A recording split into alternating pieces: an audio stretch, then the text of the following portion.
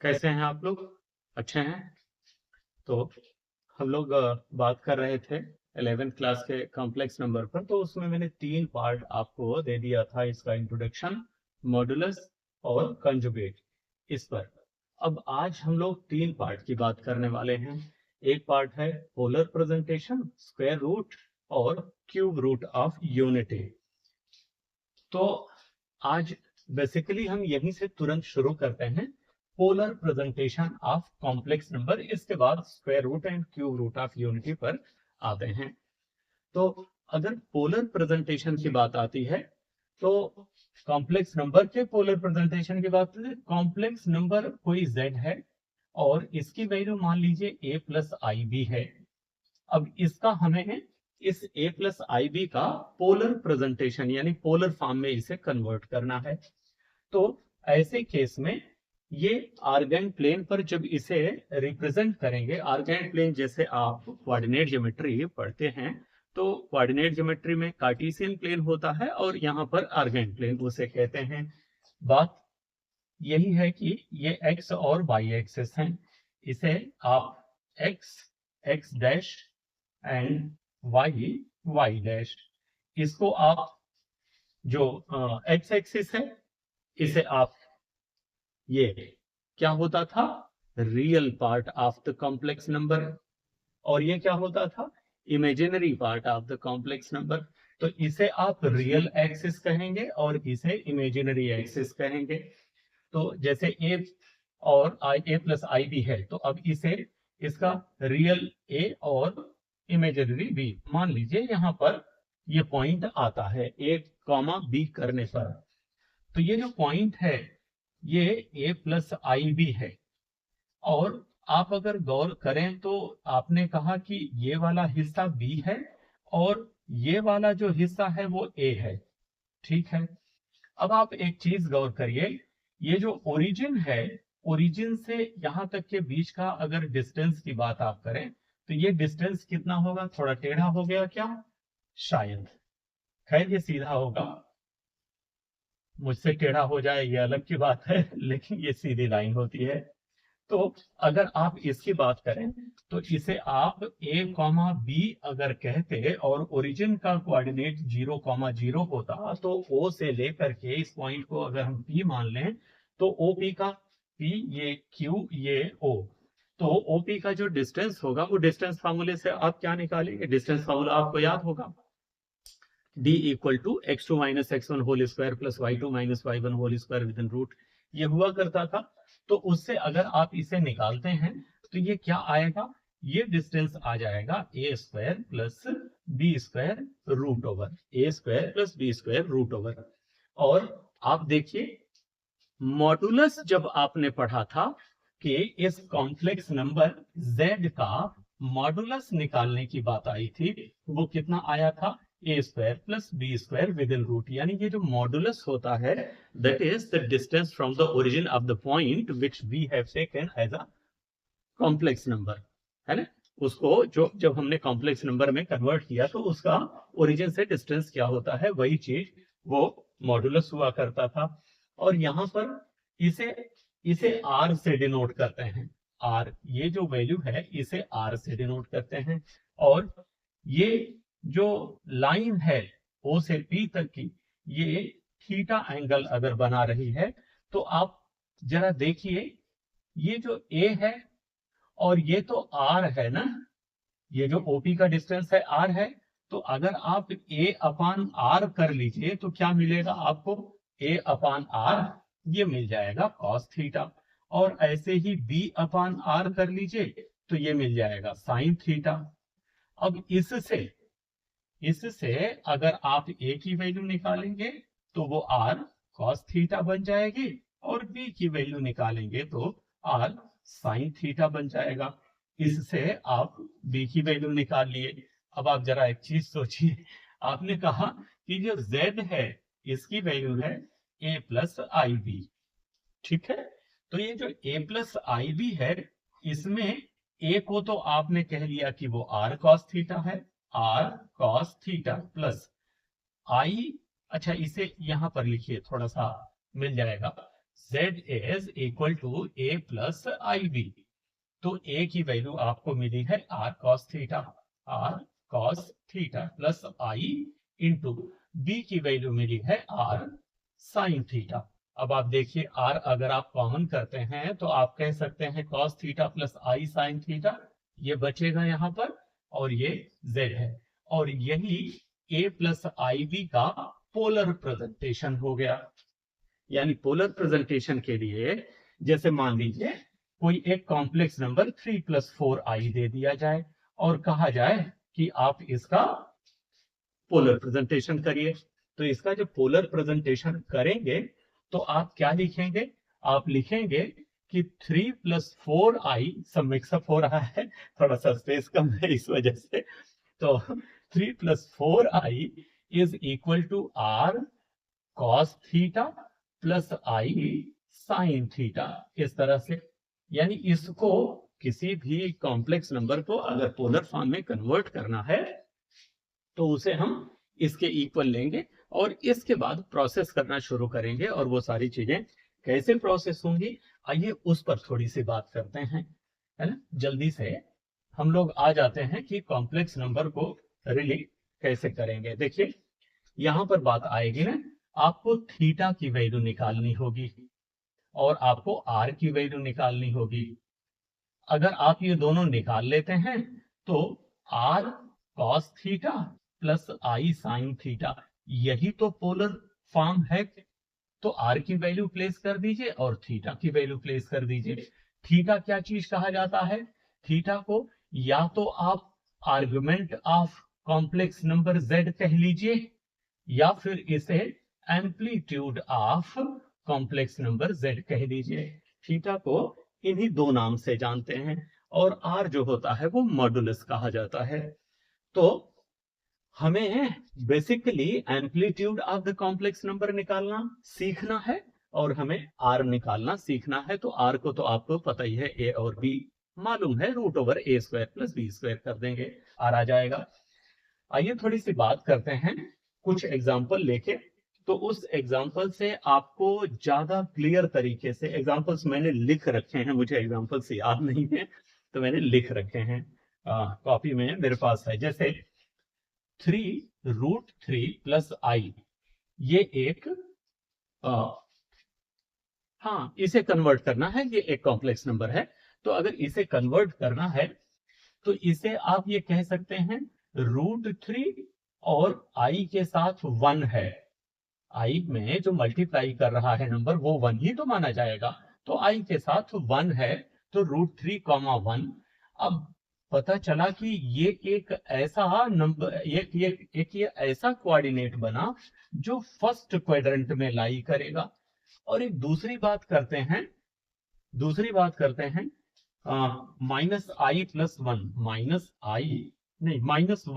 i है, -1 + i लिखा हुआ है, मेरे पास कॉपी है वो आप देख रहे हैं। तो अगर आप इसकी बात करें तो इसे आप कह सकते हैं -1, ये एक कोऑर्डिनेट बना, और -1, ये सेकेंड क्वाड्रेंट में पड़ेगा। और इसी तरह से बात कर सकते हैं आप कुछ और भी, जैसे -1 -√3i, -1 -√3i। अच्छा, इसको अगर आप कोऑर्डिनेट में बनाते हैं तो -1, -√3 ये बन जाएगा। और इसको आप ये कह सकते हैं कि ये थर्ड क्वाड्रेंट में पड़ेगा, ये जो पॉइंट होगा ये थर्ड क्वाड्रेंट में पड़ेगा।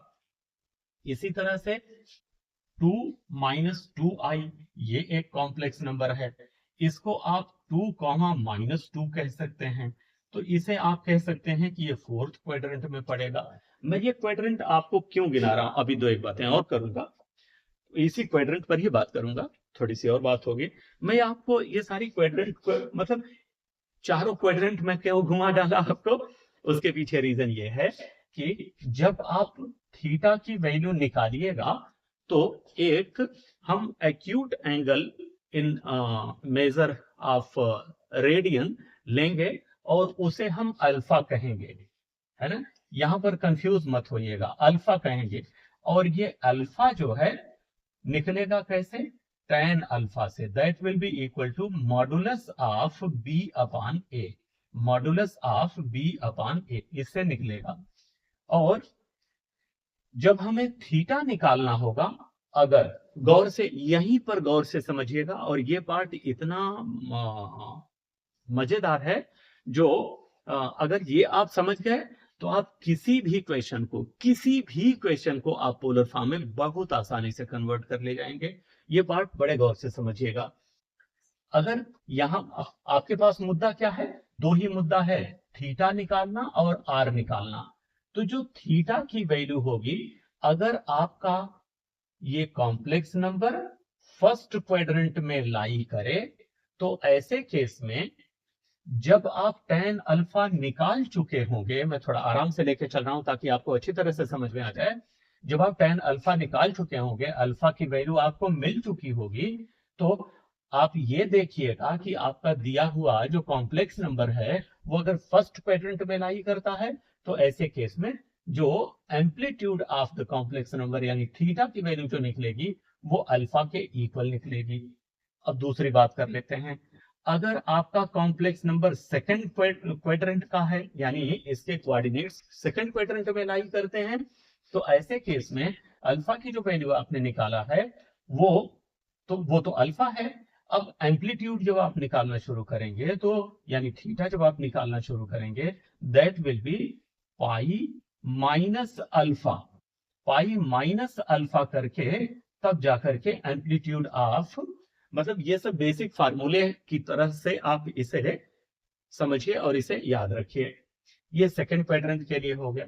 थर्ड क्वाड्रेंट की अगर बात आप करें, कोई कॉम्प्लेक्स नंबर आपका थर्ड क्वाड्रेंट में है, और ऐसे केस में आप एम्पलीट्यूड निकालने जा रहे हैं, आप अल्फा निकाल चुके हैं, तो ऐसे केस में जो थीटा की वैल्यू आप निकालेंगे, यानी एम्पलीट्यूड ऑफ जेड जो आप निकालेंगे, दैट विल बी, आप ये कह सकते हैं माइनस पाई प्लस अल्फा, या फिर अल्फा माइनस पाई। ये दिस विल बी, ये थोड़ा सा कंफ्यूज भी कर सकता है आपको, लेकिन अभी थोड़ी देर बाद आप इसमें यूज टू हो जाएंगे। जरा देर और मेरे साथ बने रहिए। तो ये वैल्यू हो गई थर्ड क्वाड्रेंट के लिए। अच्छा, फोर्थ क्वाड्रेंट में अगर कोई कॉम्प्लेक्स नंबर आपका लाई करता है, और ऐसे केस में आप थीटा की वैल्यू निकालने जा रहे हैं, तो आप ये कह सकते हैं that will be equal to minus alpha. मतलब ये चार चीजें आप याद रखिएगा, और आपको चार चीजें और मैं बताता हूं।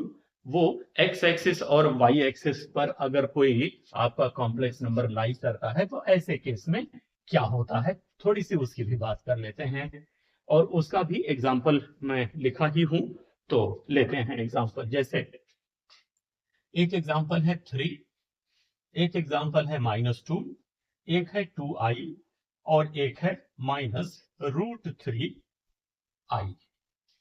ये है। आप जरा सोचिए, अगर कोई कॉम्प्लेक्स नंबर है, वो केवल 3 है, तो इसका मतलब 3 + 0i है वो। और इसका क्या मतलब हुआ, इसे कोऑर्डिनेट एक्सिस, अच्छा थोड़ा बड़ा बना देते हैं, इसे कोऑर्डिनेट एक्सिस समझिए। ये आर्गन प्लेन है आपका, बन जाओ भैया बन जाओ भैया, थोड़ा मैं छोटा बनाना चाह रहा हूं इसी चक्कर में। तो ये 3, अगर आप इसे लिखें कोऑर्डिनेट में, तो 3,0 लिखेंगे ना, तो 3 का मतलब हुआ कि आप रियल एक्सिस पर 3 आए, और फिर यहां से कहीं गए ही नहीं। इट मींस आप एक्स एक्सिस पर हैं। ये इसका मतलब हुआ this lies on X axis, and if it lies on X axis, then two possibilities are there. May be -2 अगर है, -2, तो आप इसे -2 + 0i प्लेस कर सकते हैं, और इसका -2, 0, यानी हो सकता है वो नंबर यहां हो। दोनों पॉसिबिलिटी में क्या बन रहा है, आप देख रहे हैं, एक पॉसिबिलिटी में positive direction of the x axis, और दूसरे में negative direction of the x axis हो रहा है। इसका मतलब क्या हुआ कि अगर positive direction of the x axis आपका कॉम्प्लेक्स नंबर है, तो ऐसे केस में थीटा को आप 0 लेंगे, 0 डिग्री। और अगर negative direction of the x axis जाता है, तो थीटा की वैल्यू -पाई हो जाएगी, है? थीटा की value sorry minus pi, this is pi, minus नहीं। एक ये बात हो गई। इसमें दो बातें आपके सामने रखा हमने, एक ये रखा positive direction of the x axis और दूसरा negative direction of the x axis. Positive direction of the x axis is theta equal to 0 degree and negative direction of x axis is theta equal to pi. अब आइए थोड़ा बात कर लेते हैं हम इमेजिनरी एक्सिस के बारे में। और आप सोचिए जरा, अगर आपका कॉम्प्लेक्स नंबर 2i दिया हुआ है तो इसका क्या मतलब हुआ? इसका मतलब सीधा सा निकल के आ रहा है 0 प्लस 2i होगा या 0 माइनस 2i होगा। नहीं, 0 प्लस 2i होगा, माइनस होगा तब तो ये 2i नेगेटिव हो जाएगा। तो इसको आप 0, 2 ऐसे कोऑर्डिनेट में कन्वर्ट कर सकते हैं। तो एक्स एक्सिस पर आपको नहीं चलना है, वाई एक्सिस पर 2 यूनिट्स चलना है, यानी आप यहां तक आ गए। तो ये जो आपको कॉम्प्लेक्स नंबर मिला वो यहां पर मिला। एक ये पॉसिबिलिटी हो गई। एक दूसरी पॉसिबिलिटी क्या बनती है? मान लीजिए -√3i आपको दिया हुआ है, तो ऐसे केस में आप ये कह सकते हैं 0 -√3i। काफी मेरे हाथ से गिरी है, कोई सुनिए। तो 0 -√3i, ये जो कॉम्प्लेक्स नंबर है इसको अगर आप लेते हैं इस तरह से तो ये बन जाएगा √3 माइनस में। अच्छा, this distance is on X axis, चलना ही नहीं है। This is on Y axis in negative direction, इसका मतलब आप यहां तक आ गए। तो ये दिस इज द पॉइंट जहां पर आपका कॉम्प्लेक्स नंबर ये वाला लाई कर रहा है। तो अगर आपका कॉम्प्लेक्स नंबर यहां पर लाई कर रहा है, बात को समझिएगा आप अच्छी तरह से, अगर यहां पर लाई कर रहा है यानी पॉजिटिव डायरेक्शन में वाई एक्सिस पर लाई कर रहा है, तो थीटा की वैल्यू आपको π/2 मिलेगी। और अगर ओरिजिन से नीचे की ओर है तो थीटा की वैल्यू -π/2 मिलेगी। बस इतना ही पोलर प्रेजेंटेशन में है। अब एक क्वेश्चन आपके सामने रखते हैं और उसे करते हैं और आपको इसके बाद टोटल क्लियर हो जाएगा कि पोलर प्रेजेंटेशन आखिर किया कैसे जाता है। और लेते हैं -1 -√3i जो अभी पहले दिया गया था, -1 -√3i ये दिया जाता है। इसे पोलर फॉर्म में कन्वर्ट करना है। पोलर फॉर्म में कन्वर्ट करने के लिए आपको पता है इसे आप r cos theta plus i sin theta के इक्वल रख लेंगे सबसे पहले। तो ये इतना करने के बाद आपको r की वैल्यू निकालनी है। r निकालेंगे तो r आपको क्या मिलेगा? r क्या होता है? √a² plus b²। और आपके पास a की वैल्यू -1 है, उसका स्क्वायर प्लस b की वैल्यू -√3 है और इसका स्क्वायर √, ये 3 और 1 4 यानी 2, r की वैल्यू आपको 2 मिल गई। ठीक है, अब मुद्दा आएगा आपके पास कि आपको निकालना है आर्गुमेंट ऑफ z, यानी आपका जो कॉम्प्लेक्स नंबर है इसका आर्गुमेंट यानी थीटा की वैल्यू। तो थीटा की वैल्यू निकालने के लिए आप tan अल्फा निकालिए। tan अल्फा, इसी की बात मैं कर रहा था अभी थोड़ी देर पहले, ये होगा mod b/a। तो आइए tan अल्फा निकालते हैं। tan alpha is equal to mod of b की वैल्यू क्या हो जाएगी?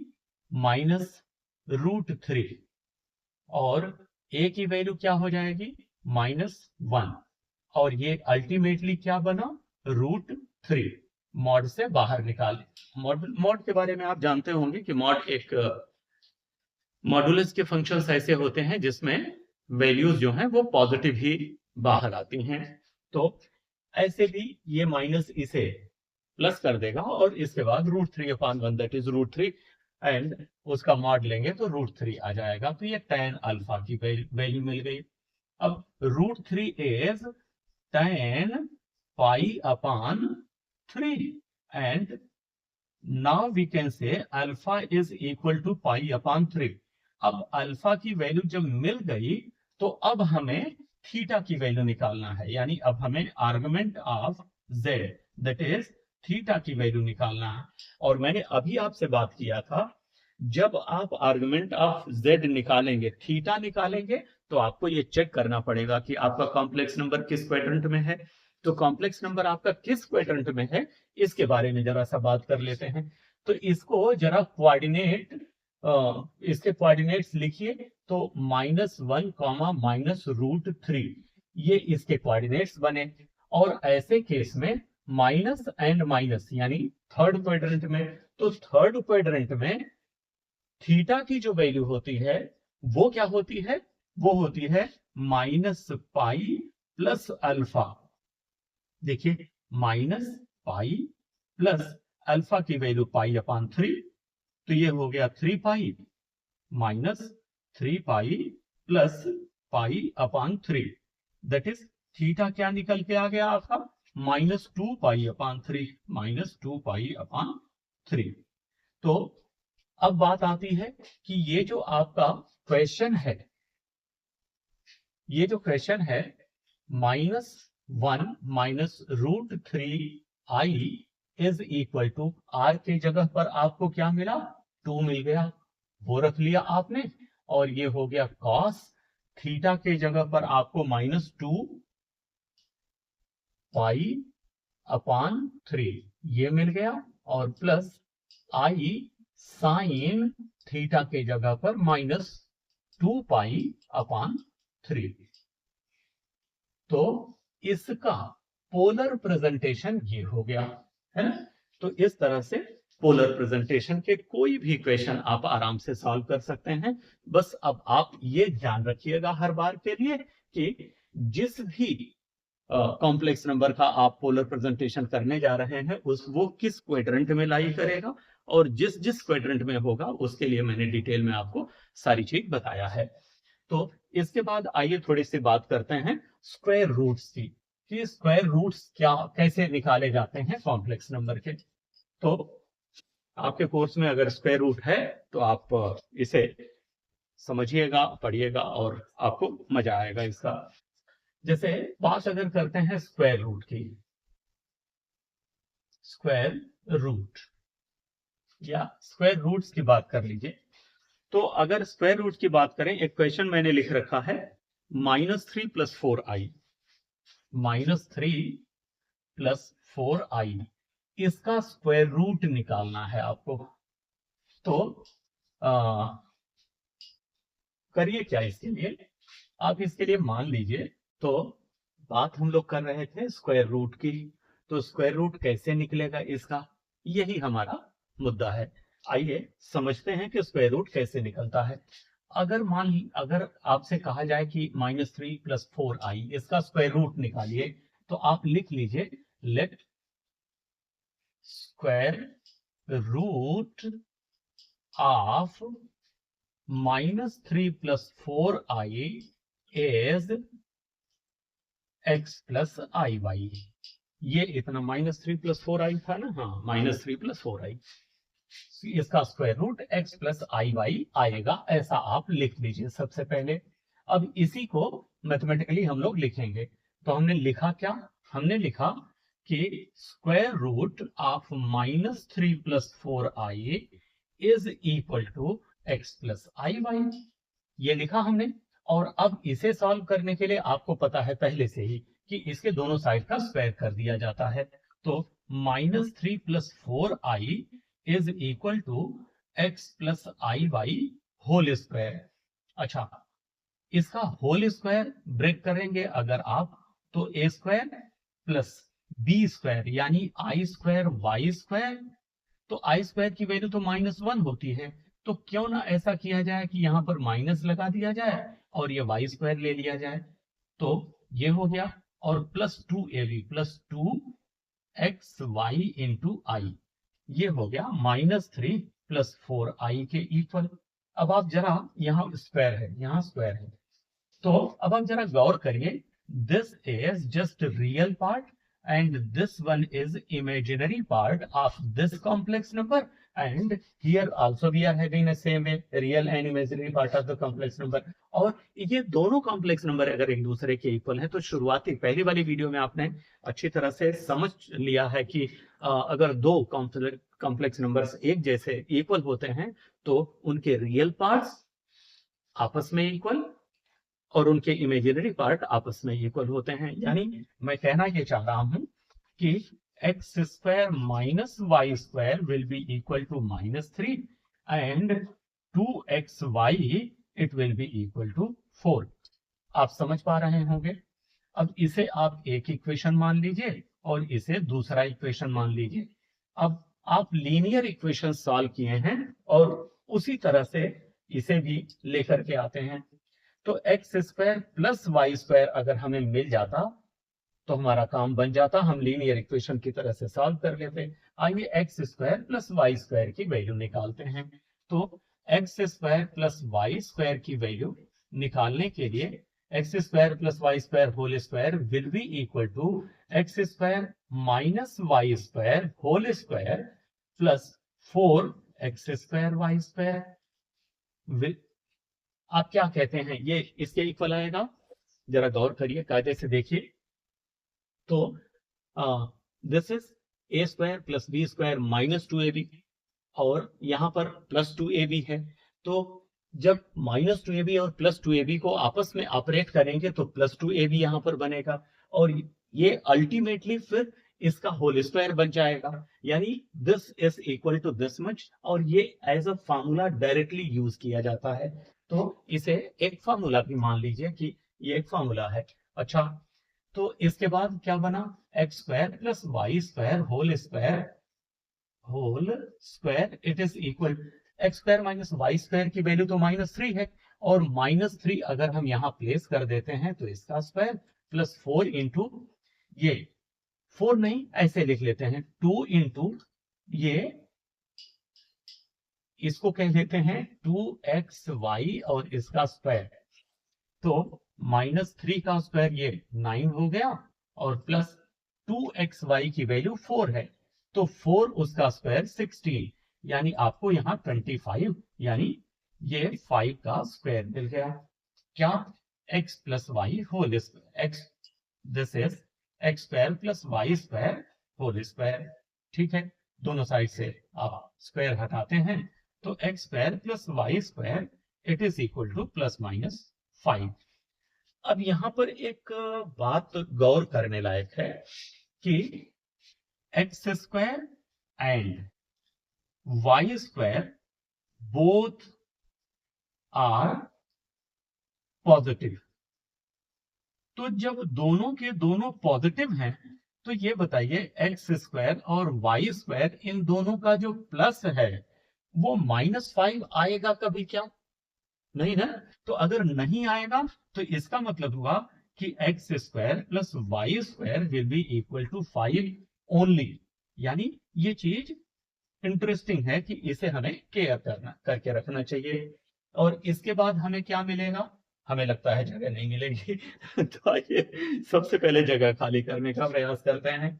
अब हमें इन दोनों इक्वेशंस को आपस में मिला करके सॉल्व करना है। और वो क्या? अगर हम इन दोनों को आपस में ऐड कर लें, थोड़ा शार्ट में चलते हैं, ऐड कर लें तो -y स्क्वायर और प्लस वाई स्क्वायर आपस में कैंसिल हो जाएंगे और 2x स्क्वायर मिलेगा। 2x square will be equal to -3 + 5 that is +2। It means 2x square की वैल्यू हमें 2 मिल जाएगी तो x स्क्वायर की वैल्यू हमें x square will be 1। It means x will be equal to ±1। अब आप जरा देखिए यहां से y की वैल्यू क्या मिल जाएगी? ये 2x नीचे आएगा तो 2/x बन जाएगा ना। आप जरा गौर करिए यहां पर और लिखिए when x will be equal to +1 then y will be equal to, अगर आप +1 रखते हैं तो y +2 आ जाएगा और when x is -1 then y is -2 है ना। अच्छा, अब आपको दो वैल्यूज मिल गई मैं थोड़ा सा यहां पर इसे हटाता हूं, और ये इतना पार्ट आप समझ ही चुके हैं। और जब आप ये दोनों वैल्यूज निकाल चुके होंगे तो अब आपने क्या कह रखा है कि इसका square root x plus I Y होगा, यानी square root of -3 + 4i will be equal to x plus I Y. It was the statement, है ना। देखिए स्टेटमेंट तो ये लिखा है, तो x के जगह पर और y के जगह पर ये वैल्यूज रखिए। इसका मतलब अगर हम x के जगह पर 1 लेते हैं तो i इंटू वाई के जगह पर 2 लेना पड़ रहा है, यानी ये 2i हो जा रहा है। और अगर हम x के जगह पर -1 ले रहे हैं तो ये i है, और y के जगह पर भी -2 लेना पड़ जा रहा है हमें, यानी ये -2i बन जा रहा है, -2i। तो आप ये कह सकते हैं कि square root of -3 + 4i is this. ये दो वैल्यूज हैं, ये दो वैल्यूज हैं जो इसका स्क्वायर रूट बनती हैं। तो स्क्वायर रूट के जितने भी क्वेश्चंस मिलेंगे अब आप बहुत आसानी से सॉल्व कर पाएंगे, है। हर जगह यही कॉन्सेप्ट लगेगा। थोड़ी सी बात आगे बढ़ जाते हैं इससे, और केवल लास्ट टॉपिक बची है, वो है क्यूब रूट ऑफ यूनिटी।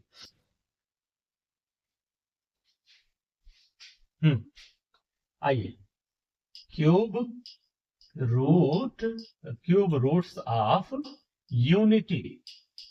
तो अगर क्यूब रूट्स ऑफ यूनिटी की बात करें तो इसका मतलब आप ये समझिए कि 1 का हम क्यूब रूट निकालना चाहते हैं, इसी की तो बात करना चाह रहे हैं। यूनिटी मीन्स 1 और cube root is presented in this way. तो अगर हम इसे x मान लें कि this is equal to x, तो आप क्या कह सकते हैं, this is 1 to the power 1/3। अगर आप यहां से ये क्यूब रूट हटाते हैं तो ये पावर में 1/3 आप पाते हैं। तो अब अगर दोनों साइड का हम क्यूब करते हैं तो x cube will be equal to 1, चलिए 1 to the power 3 to the power 3, और ये 3 एक दूसरे को काट के और यहां पर केवल 1 मिल जाता है, आपको यही तरह मिल जाता है। अब आप जब इसे देखते हैं तो कहते हैं कि ये तो बड़ा सिंपल है, क्या कर लें, x क्यूब -1 इक्वल टू 0, इसके ऊपर भी हम क्यूब अप्लाई कर सकते हैं। अब a cube minus B cube, ये फार्मूला बन गया। तो a cube minus B cube का फार्मूला क्या होता है, a cube minus B cube, a minus B x minus 1, a square plus B square plus A B, यानी x square plus 1 plus x equal to 0। ये दो हमें brackets मिल जाते हैं, और दोनों ब्रैकेट का जो प्रोडक्ट है वो 0 के इक्वल है। इसका मतलब हुआ x minus 1 will be equal to 0 एक बार, या फिर x square plus x plus 1 will be equal to 0। And if x minus 1 is equal to 0 in this concern, you know x is equal to 1, यानी एक value तो यहां पर हमें मिल गई। लेकिन अगर हम दूसरी वैल्यू x की निकालना चाहते हैं या तीसरी निकालना चाहते हैं तो we have to face the quadratic equation. तो यहां पर क्वाड्रेटिक इक्वेशन क्या बना, x square plus x plus 1 equal to 0। इसे सॉल्व करिए तो आप कहेंगे कि x will be equal to minus b plus minus root over b square minus 4ac upon 2a। ठीक है भाई, आइए अप्लाई करते हैं। तो minus b, that is b is 1 and this is plus minus root over 1 का square तो 1 ही होगा, माइनस 4 इंटू 1 इंटू 1, यानी a और c की दोनों की वैल्यू 1 है, अपॉन a के जगह पर 1 रख दिया, इंटू इस 2 को ले लिया। अब क्या मिला आपको, -1 plus minus root over 1 minus 4 that is -3 और अपॉन 2। अब आप ये कह सकते हैं कि x की हमें दो वैल्यूज मिल गई, एक वैल्यू -1 प्लस रूट 3 अपॉन 2, और एक वैल्यू हमें मिल गई -1 माइनस रूट 3 अपॉन 2। तो देखिए आपके पास तीन इस तरह से रूट्स मिले, cube roots of unity, unity यानी वन के 3 रूट्स मिल गए। क्या मिल गया? एक रूट मिल गया 1, दूसरा रूट मिल गया -1 प्लस रूट ओवर -3 अपॉन 2, और अगला रूट क्या मिल गया? -1, अभी इसमें कन्वर्जन मतलब कुछ चीजें चेंज करेंगे, अपॉन 2। ठीक है, अब आप जरा सोचिए, रूट ओवर -3, इसे तो आप रूट ओवर 3i लिख सकते हैं, यानी इसे आप कह सकते हैं √3i, और इसे भी तो √3i लिखा जा सकता है, तो √3i।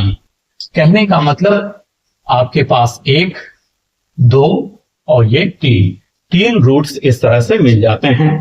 अब जरा सा गौर करिए इसे, अगर ये 1 है तो ये जो रूट है -1 प्लस √3i अपॉन 2, इसे मान लीजिए ओमेगा। अगर इसे आपने ओमेगा मान लिया और इसके दोनों साइड का स्क्वायर कर देते हैं, तो आपको क्या मिलेगा? ऊपर तो a प्लस बी का होल स्क्वायर मिलेगा ना, तो a स्क्वायर यानी 1 प्लस b स्क्वायर यानी 3i स्क्वायर प्लस 2ab, तो वो ये जो है माइनस प्लस को माइनस कर देगा, तो 2 और a इंटू बी यानी दिस इंटू दिस, तो √3i अपॉन ये 4 बन जाएगा और ये ओमेगा स्क्वायर हो जाएगा। अब क्या करेंगे? 1 plus i square is -1, that's why this will be -3 -2 √3i upon 4 omega square. This minus this, that is -2 और -2 √3i। तो एक काम क्यों नहीं करते, आप यहां से -2 कॉमन ले लीजिए, है ना, -2 कॉमन ले लीजिए, तो या फिर 2 ही कॉमन ले लीजिए एक बार, अभी फिर इसके बाद देखते हैं। तो ये -1 माइनस √3i अपॉन ये जो 4 है ये इसे कैंसिल कर देगा, और अब आपके पास क्या बचेगा? -1 माइनस √3i अपॉन यहां पर 2 बचा, upon 2, it is equal to omega square.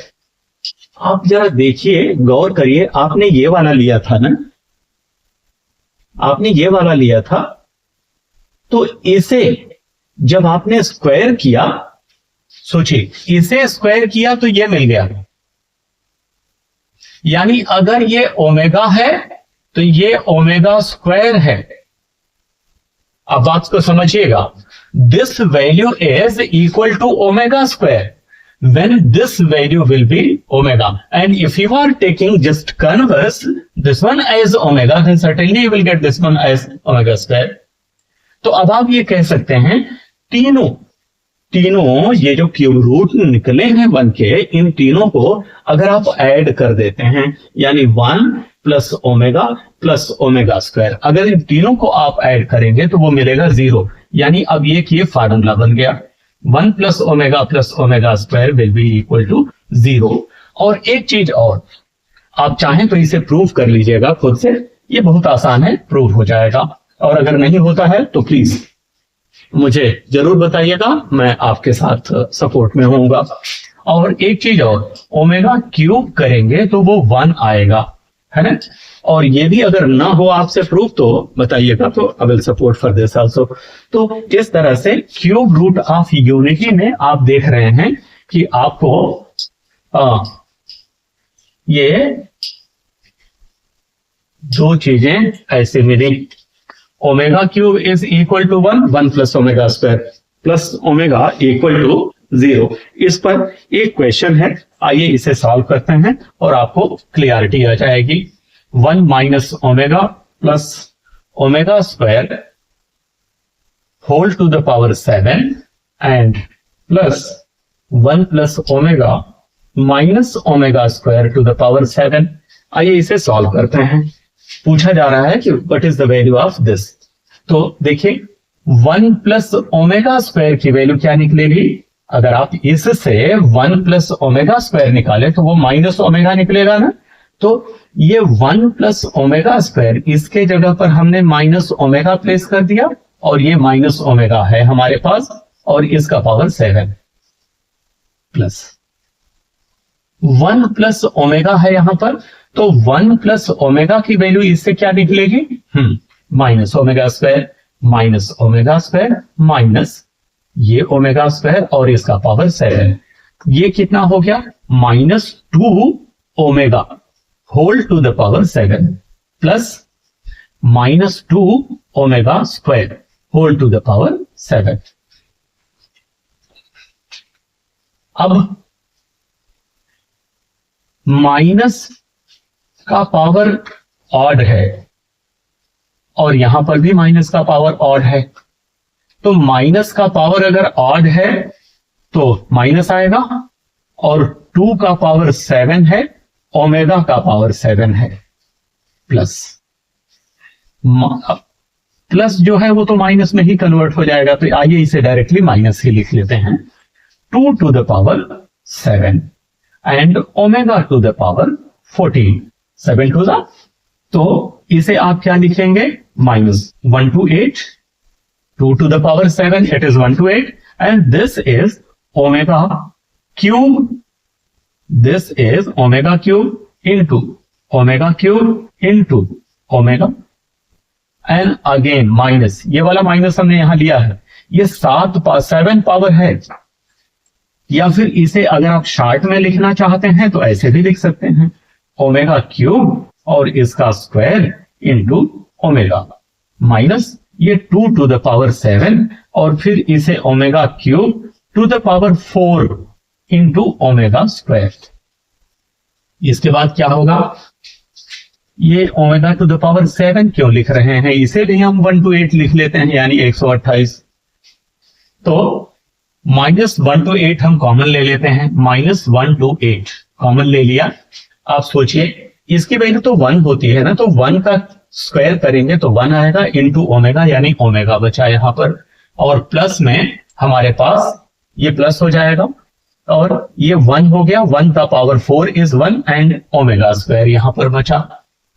अब आप जरा कैलकुलेट करिए, देखिए कितना इजी हो गया। अब ये omega plus omega square will yield it's value -1। इसकी वैल्यू -1 आ गई। आप इसको मल्टीप्लाई कर दीजिए और ये आपका आंसर हो गया। तो यहां पर ये ओवर होता है ना, और इसके बाद आपके साथ एक नए टॉपिक के साथ जल्दी ही मुलाकात होती है। Take care.